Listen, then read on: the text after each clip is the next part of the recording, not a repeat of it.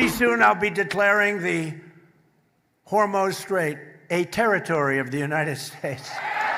Selat Hormuz yang selama ini jadi wilayah sengketa antara sejumlah negara, bahkan Amerika ikut campur di dalamnya, kini kian meruncing. Pasalnya, Amerika Serikat melalui pernyataan Donald Trump akan menjadikan kawasan itu sebagai wilayah teritori mereka. Hal itu disampaikan Donald Trump dalam pidatonya, Jumat 14 Agustus 2026. Iran, which is being very badly defeated.